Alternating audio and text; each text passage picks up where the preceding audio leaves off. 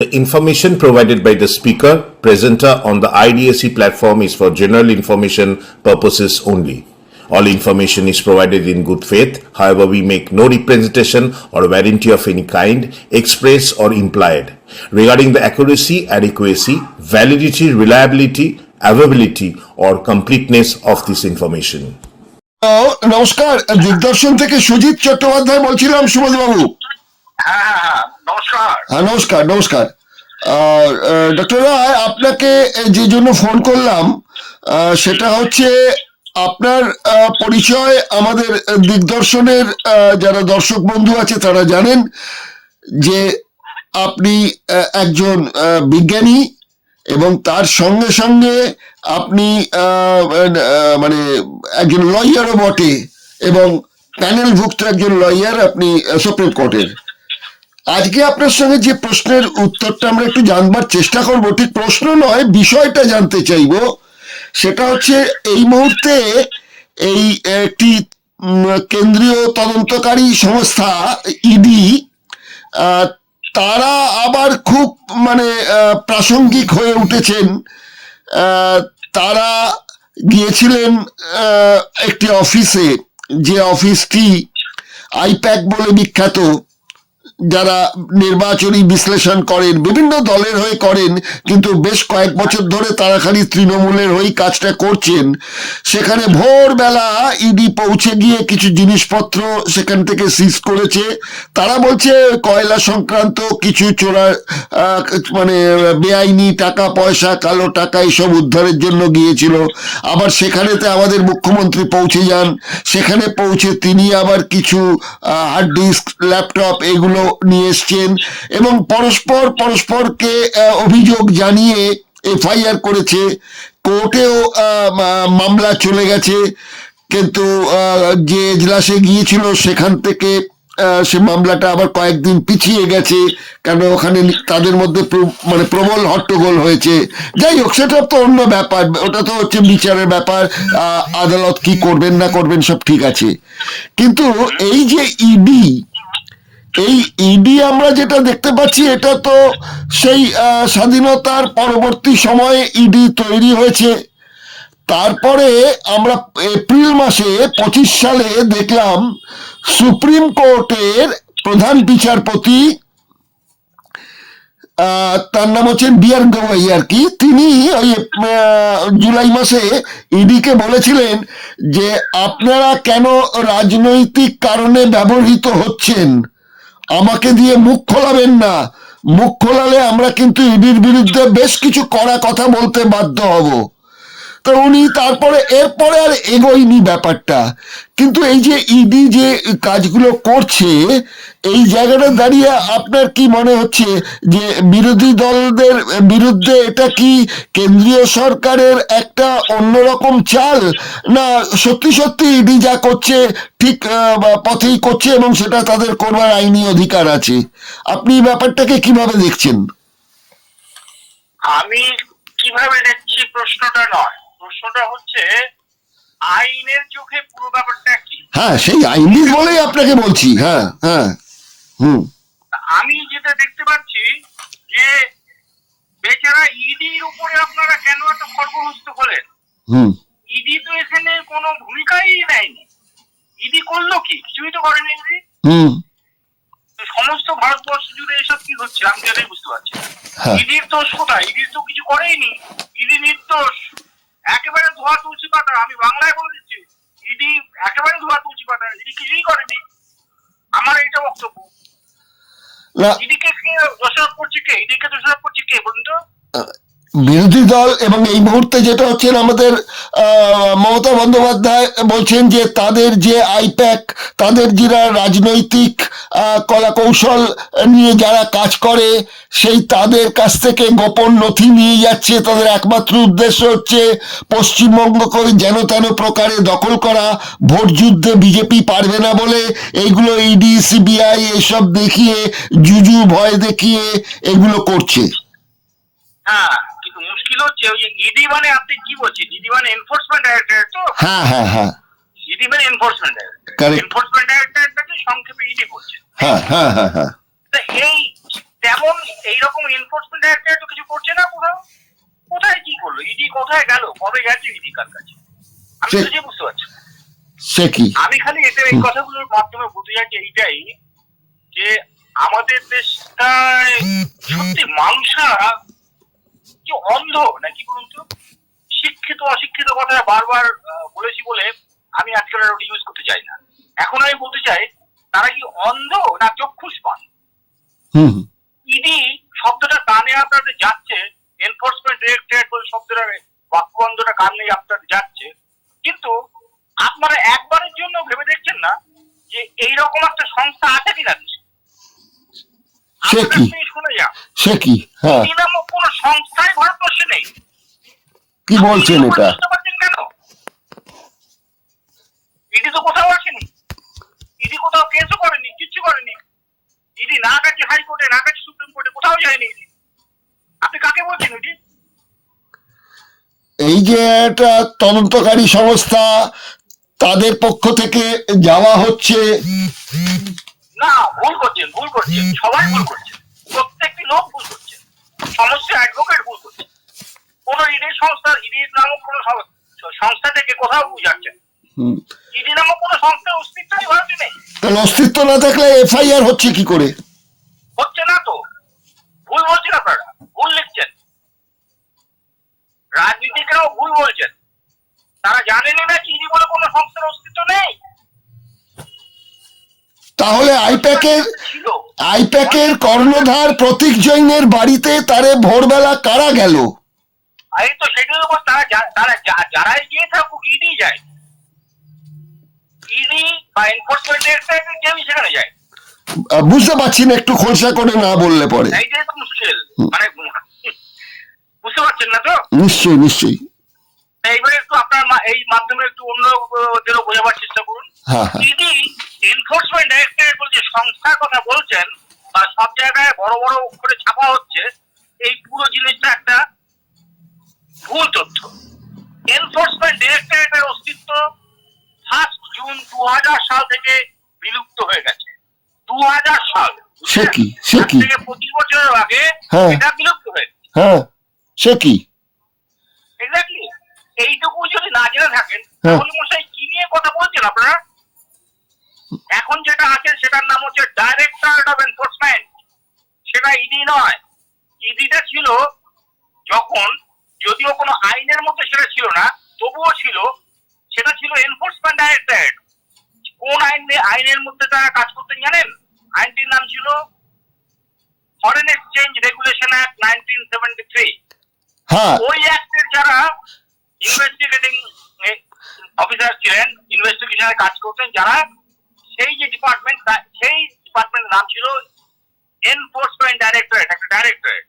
এই ডাইরেক্টরেটের আন্ডারের অফিসাররা তারা কাজ করতেন ফরেন এক্সচেঞ্জ রেগুলেশন অ্যাক্ট অনুযায়ী।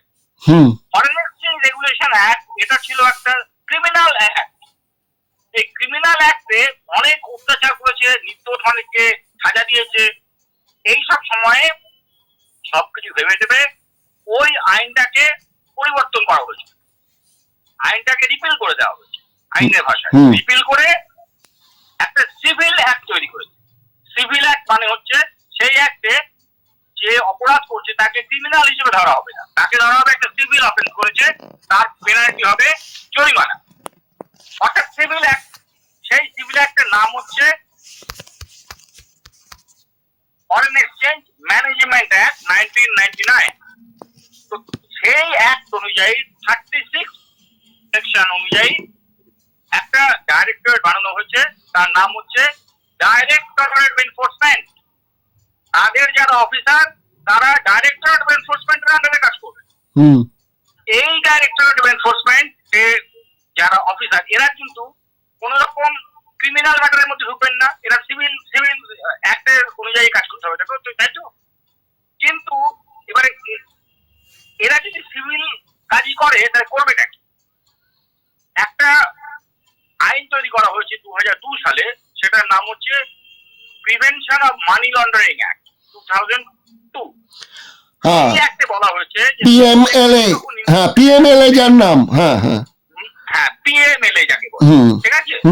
এখানে হচ্ছে money laundering case. Money laundering কেসে হবে, সেখানে অনেকগুলো অফিসারের নাম আছে, অনেক অফিসার, অনেক ডিপার্টমেন্টের নাম আছে, যারা নাকি সেই ইনভেস্টিগেশনকে অ্যাসিস্ট করবে। তাদের মধ্যে ওই অনেকগুলো ডিপার্টমেন্ট থেকে একটা হচ্ছে গিয়ে এই ডাইরেক্টরেট অফ এনফোর্সমেন্টের অফিসার। তারা অ্যাসেস করবেন ওই পিএমএল এর যে সমস্ত কন্ট্রাভেনশন অফেন্স হবে সেইখানে ইনভেস্টিগেশনের জন্য সাহায্য করবে। তো এরা তো ডাইরেক্টরেট অফ এনফোর্সমেন্টের লোক, এরা তো ইডি নয়, এনফোর্সমেন্ট ডাইরেক্টরেট নয়। তা আপনি যখনই বলছেন এনফোর্সমেন্ট ডাইরেক্টরেট, তখনই আপনি ভুল বলছেন। এই অর্থাৎ আইনের চোখে যেটা আইনে লেখা আছে সেইটা হচ্ছে ফ্যাক্ট। আপনি অ্যাকচুয়াল এদিক থেকে ওদিক করতে পারবেন। যদি আপনি বলেন যে ইডি কোথায় যেন গিয়ে রেড করেছে, আপনি ভুল বলছেন। ইডি বলে তো কেউ নেই। বেশ, আপনার কথা এনফোর্সমেন্টের লোকরা গিয়ে কি করেছে তখন এই মেলা। আপনার কথা আপনার কথা মেনে নিলাম, কিন্তু ঘটনা হচ্ছে তাহলে ইডি না বলে তাহলে বলতে হবে ডি। আপনি বলতে হবে তবে না, আপনি ডি বলবেন। আচ্ছা, বেশ ডি বললাম, কিন্তু আপনি ইডি বলতে চাইছেন আমি জানি। ওই ডিপার্টমেন্টে ওরা একটা এমব্লেম রেখেছে, সেটা কিন্তু ইডি করা আছে। হ্যাঁ, সেইটাই বলতে চাইছি আপনাকে। ওই এনফোর্সমেন্ট ডাইরেক্টরেটের ওই সিম্বলটাই ওরা রেখেছে। হ্যাঁ, তাহলে ওটা তো বেআইনি। তাহলে এইটা রাখা উচিত নয়। ওরা উচিত মানে এটা রাখতে পারেন, ইডি নয় তো। আপনি কনফিউজ করছেন। আপনি এনফোর্সমেন্ট ডাইরেক্টরেটের কথা জেনে আসছেন। এনফোর্সমেন্ট ডাইরেক্টরেটের একটা কোয়ার্সিভ অ্যাকশন ছিল। তারা গিয়ে যেগুলো লোককে রাত 10টায় গিয়ে রাত 12টায় 3টের সময় গিয়ে ধরে আসছে, বুঝেছেন? এই যে টেরার তৈরি করেছিল, এই টেরারের ব্যাপারটা ছিল এনফোর্সমেন্ট ডাইরেক্টরেট। ওই নামটাকে কিভাবে যেন কন্টিনিউ করা হচ্ছে যাতে ভয় পাইল এরা কিন্তু টেরিফিক লোক। No, they are directorate of enforcement. আপনি যেখানেই ইউজ করেছেন এই ফ্রেজটা, এই মানে বাক্যবন্ধটা এনফোর্সমেন্ট ডাইরেক্টরেট, আপনি সেইটাকে স্ট্রাইক ডাউন করতে হবে। কোন কোর্টেও যদি কোনো অর্ডার লেখা থাকে এনফোর্সমেন্ট ডাইরেক্টরেট, তাহলে ওই পার্টিকুলার অর্ডারটা কিন্তু ভয়েড হয়ে যেতে হবে। ওটা আইন নয়, ওটা একটা বেআইনি expression. I am sorry to say. তাহলে এই যে ইডি করে প্রথম ইডিটাকে দূর করুন, ইডি বলে কিছু নেই। তাহলে দুপক্ষই, আমি বলছি বাদী এবং বিবাদী, দুপক্ষের কথাই বলছি। এই দুপক্ষই যখন এফআইআর দায়ের করছে থানাতে, তখন তো যদি সেটার কোনো অস্তিত্ব না থাকে, থানাই বা এটাকে এফআইআর হিসেবে ট্রিট করে কি করে? করবে না। যদি ওখানে এনফোর্সমেন্ট ডাইরেক্টরেট কথা লেখা হয়, ইডি হিসেবে বলে, তাহলে হবে না তো। তাই তো লিখছে, হবে না। তার মানে সেগুলো ভুল। তার মানে এই অ্যাকশনটা দিচ্ছে না আমাদের অ্যাডভোকেট যারা তিনি লড়াই করছেন। আচ্ছা, নাম্বার এনফোর্সমেন্ট ডাইরেক্টরেট তো পার্টি নয়। আচ্ছা, এনফোর্সমেন্ট ইডি বলে কেউ তো নেই। আপনি কাকে পার্টি করছেন? সেটাই বলছি, যেটার অস্তিত্ব নেই। ঠিক। আচ্ছা, এটা যদি আমি থানার এফআইআর কথা বাদ দিচ্ছি, থানায় এফআইআর যেমন হয় না, তেমন কোর্টেতে যখন যাচ্ছে, হাইকোর্টে, এবং আগামী দিনে শোনা যাচ্ছে দুপক্ষই নাকি সুপ্রিম কোর্টেও যেতে পারে, তো সেখানেও যে অ্যাপিলটা করবে, সেই অ্যাপিলটার যদি কারেকশন না হয়, কোর্ট সেটাকে অ্যাকসেপ্ট করেও নিল কি করে অ্যাপিলগুলো? তাহলে আপনি আসল ব্যাপারটা শুনে রাখুন, আরো গভীরে যেতে হবে। এই যে ইডি করে এত চিৎকার চেঁচামেচি হচ্ছে সারা ভারতবর্ষ জুড়ে, এইটা শুরু হয়েছিল কি থেকে বলি আপনাকে। এটা হয়েছিল 2022 সালে।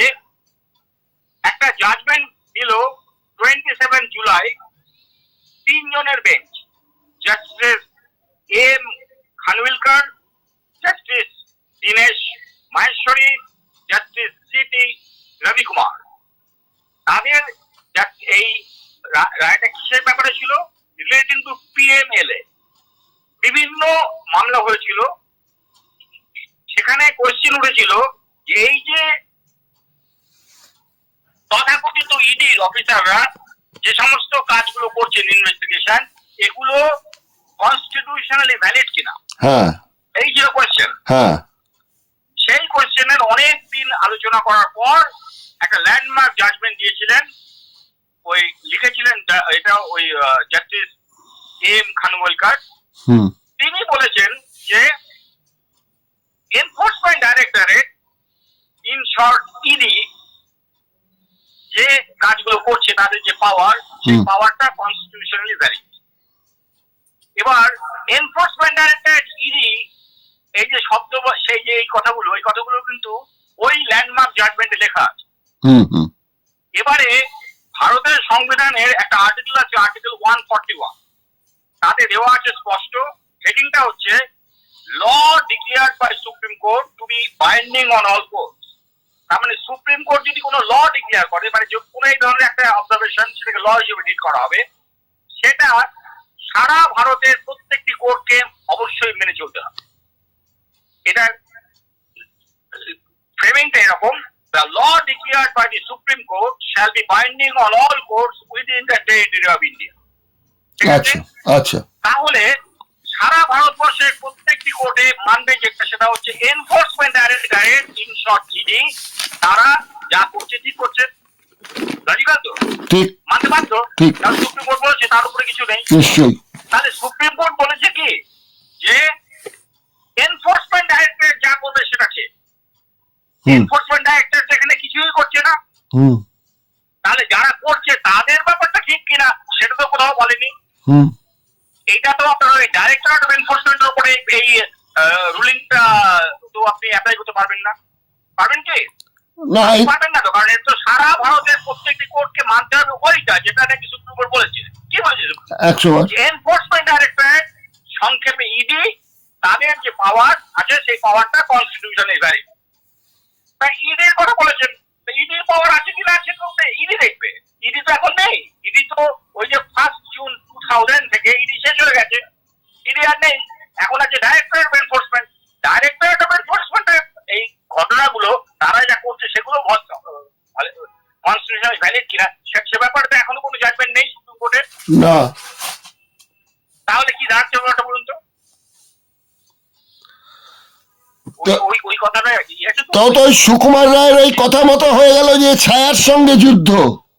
হ্যাঁ, ছায়ার সঙ্গে যুদ্ধ আমি চাই নিচ্ছি, আর তাতে এনকারেজ করছি সারা ভারতবর্ষ।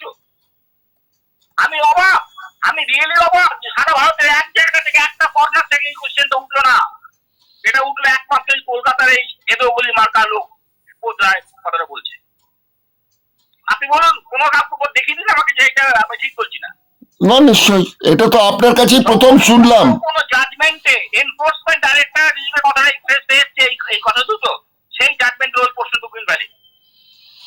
হ্যাঁ, এইটাই তো আপনার কাছে প্রথম শুনছি। কোন জাজমেন্টে বলা হয়, কোন হাইকোর্ট বললো যে এনফোর্সমেন্ট ডাইরেক্টরেটের কাছ থেকে এই নথিগুলো আমরা চাই, অমুক তারিখের মধ্যে নথি এনফোর্সমেন্ট ডাইরেক্টরেট ইডি যেন আমাদের সাপ্লাই করে, ঠিক আছে? যদি কোনো ডকুমেন্ট এবারে ওই ডাইরেক্টরেট অফ এনফোর্সমেন্ট ডাইরেক্টরেট নেই, ডাইরেক্টরেট অফ এনফোর্সমেন্টের লোক যদি ওই নথি সাপ্লাই করতে যায়, তাহলে তো সঙ্গে সঙ্গে অপোজ করা উচিত। ইনভ্যালিড ডকুমেন্ট, তোমার কাছ থেকে ডকুমেন্ট চাওয়া হয়নি, চাওয়া হয় ইডির কাছ থেকে, এক কপি ইডি সাপ্লাই করতে পারে। That is another point. ED মারা গেছে, সে এখন তো আমি কি করবো, কোর্ট বলে দিয়েছে। এই কোশ্চেনটা কি উঠেছে? না। এর মানে হচ্ছে আমি বললাম না শিক্ষিত অশিক্ষিত কথাটা বলছি না, আমি বলছি অন্ধ। আমরা একবারের জন্য চোখ করে দেখতে পাচ্ছি না, দেখতে চাইছি না যে ব্যাপারটা আসলে কি। এরকম একটা মামলা বিহারে, এরকম একটা মামলা হয়েছিল আপনার রামচন্দ্রের বিরুদ্ধে। সীতাকে তিনি যা অত্যাচার করেছেন তার ব্যাপারে একজন করেছিলেন। তখন কোর্ট রায় দিয়েছিল যে রামচন্দ্রের কোনো অস্তিত্ব আছে কিনা সেটা যখন প্রমাণিত নয়, তাহলে এই মামলাটি গ্রহণ করা যাবে না। Absolutely correct. এবারে ওখানে তাও কোশ্চেন করে রেখেছে রামচন্দ্র আছে কিনা, এখানে তো কোশ্চেন করার অবস্থা নেই, এখানে তো ইডি বলে কিছু নেই। তাই তো, অ্যাবসলিউটলি নেই। তাই তো, সত্যি। আমি দেখছি টিভিতে কোনোদিন কখনো এই নিয়ে একটা শব্দ কাউকে মুখ থেকে বার করতে দেখলাম না। সেটাই তো এখন এটা কিন্তু অত্যন্ত একটা লিগাল পয়েন্ট। আপনি কার বিরুদ্ধে কে কার বিরুদ্ধে কি করছে বলুন তো? সমস্ত কেসগুলো তাহলে ভয় ধরে যাওয়া উচিত। এতদিন ধরে এই যে করছে, এই আপনি ভেবে দেখুন, যারা এনফোর্সমেন্ট ডাইরেক্টর বলে নিজেদের বলছে, সেই যে বড় বড় উকিলরা, তারাও কি দেখতে পাচ্ছেন না যে এনফোর্সমেন্ট ডাইরেক্টর নয় এটা? আমি উকিলদের কথাও বাদ দিচ্ছি, আমার খালি অবাক লাগছে যে যদি এই ঘটনা হয় তাহলে সেটা আদালতে কি করে এই মামলাটি গৃহীত হয়? গৃহীত হতে পারে না তো, গৃহীত হতে পারে না, কারণ নেই তো অস্তিত্ব নেই, যার অস্তিত্ব নেই সেটাই ভাবছি। আপনি যা বলছেন এবং যা আপনি তথ্য দিলেন, সেটা তো সত্যি অবাক লাগছে যে তাহলে মানে দেশে হচ্ছে কি? এত বড় বড় রাজনৈতিক নেতা, শিক্ষিত মানুষ, শিক্ষিত আইনজীবী, আমাদের বিচারপতি যারা আছেন, তারা প্রত্যেকেই এই বিষয়টা কি কেউ খেয়াল করছেন না যেটা আইনত? হ্যাঁ, ঠিক এই যে বললাম, 3 জন জাস্টিসের বেঞ্চ ছিল, justice M Khanwilkar, justice Dinesh Maheshwari, justice C D Ravi Kumar.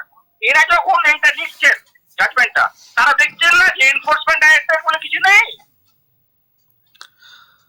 ঠিক। ঘটনাটা হচ্ছে তো ডাইরেক্টর অফ এনফোর্সমেন্ট নিয়ে। আপনি যদি বলেন ওটা শর্ট করে লিখেছি, সরি, ভুল বললে হবে না। দুটো কমপ্লিট আলাদা এজেন্সি। ওটা ছিল এনফোর্সমেন্ট ডাইরেক্টর, একটা ক্রিমিনাল অ্যাক্টের এজেন্সি, আর এটা হচ্ছে সিভিল অ্যাক্টের এজেন্সি, তার নাম হচ্ছে ডাইরেক্টর অফ এনফোর্সমেন্ট। আপনি তো নামটা একটু উদরপিন্ডি বুঝে হয়েছে আবার চিন্তি করে। তাহলে আপনার কাছে এটা দেশের না, আমি দেখতে পাচ্ছি এটাই হয়। উদরপিন্ডি কেউ কিছু বলছে না, কারোর কিছু আসে। আপনার কাছে আমার শেষ প্রশ্ন, সময় খুব কম, সেটা হচ্ছে যদি এটাকে ইডি না বলে আপনার কথা মতো যদি ডাইরেক্টরেট বলি, এটা এই ডি যদি আমরা বলি, তাহলে এই ডি তো আপনি বলছেন যে সে তো আপনার সিভিল কেসগুলোকে করতে পারে, ক্রিমিনাল এটা তো পারে না। হ্যাঁ, ঠিক কথা, এই কোশ্চেনটা ভালো করেছেন। তার তো ডির ব্যাপারটা কিন্তু ডাইরেক্টর অফ এনফোর্সমেন্ট শুধুমাত্র ফরেন এক্সচেঞ্জ ম্যানেজমেন্ট অ্যাক্ট সংক্রান্ত ব্যাপারে করবে, যেটা নাকি সিভিল অ্যাক্ট। কিন্তু তাদের এই পাওয়ারটা দেওয়া হয়েছে PMLA, which is a criminal act. সেইখানে ইনভেস্টিগেশনে এরা সাহায্য করবে, অ্যাসিস্ট করবে। ওই পিএমএলএ তে যারা অথরিটি আছেন তাদের অ্যাসিস্ট করবে আমাকে। এরা আগ বাড়িয়ে গিয়ে করবে তা কিন্তু নয়। তাহলে সার্চ করা এরা ওই বা কোনো জিনিসপত্র সিজ করা, এগুলো করাটাও বেআইনি তাহলে?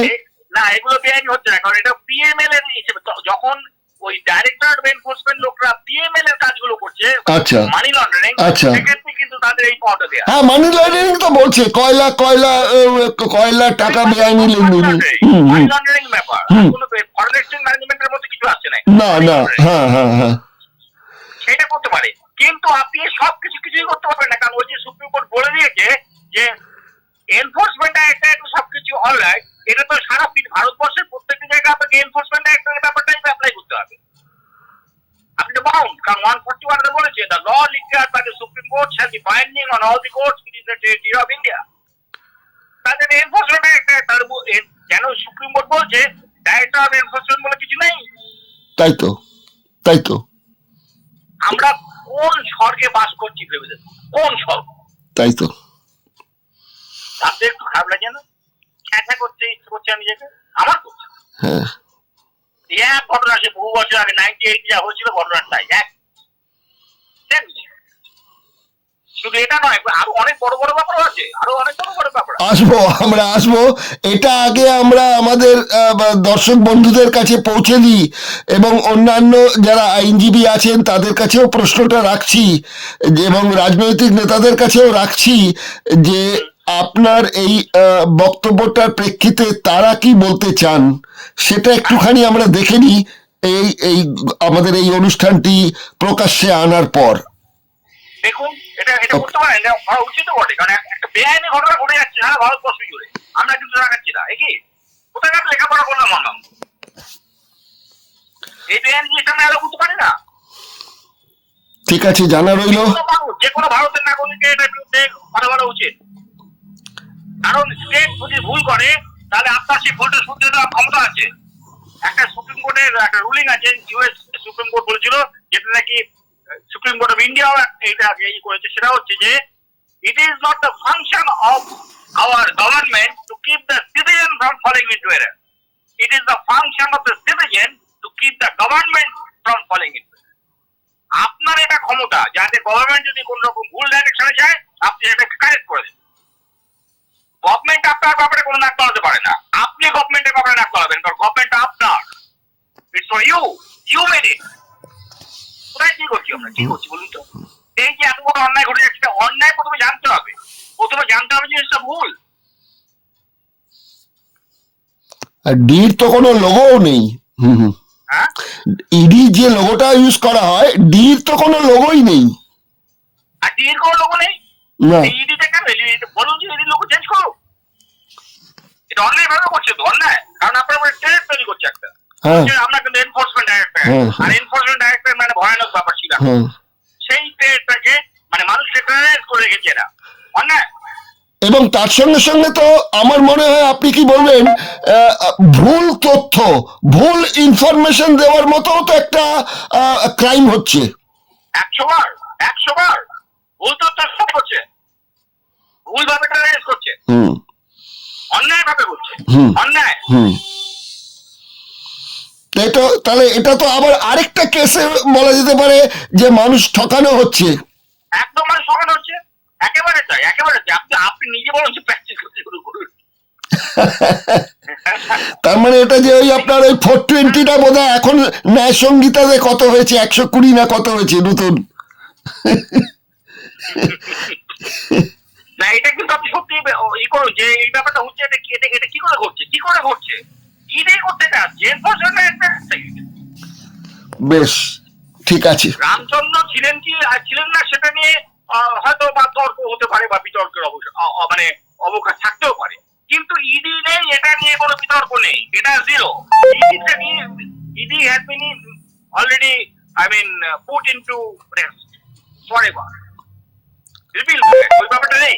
আপনি এখন ডাইরেক্টর অফ এনফোর্সমেন্ট, আপনি তাকে মান্যতা দিচ্ছেন না, আপনি ডাইরেক্টর অফ এনফোর্সমেন্টকে বলছেন না কিছু, তারা বেচারা খাচ্ছে, এত কিছু করছে, আর আপনি সমস্ত ক্রেডিটটা দিচ্ছেন এনফোর্সমেন্ট ডাইরেক্টর, একটা সংস্থা যেটার কোনো অস্তিত্বই নেই।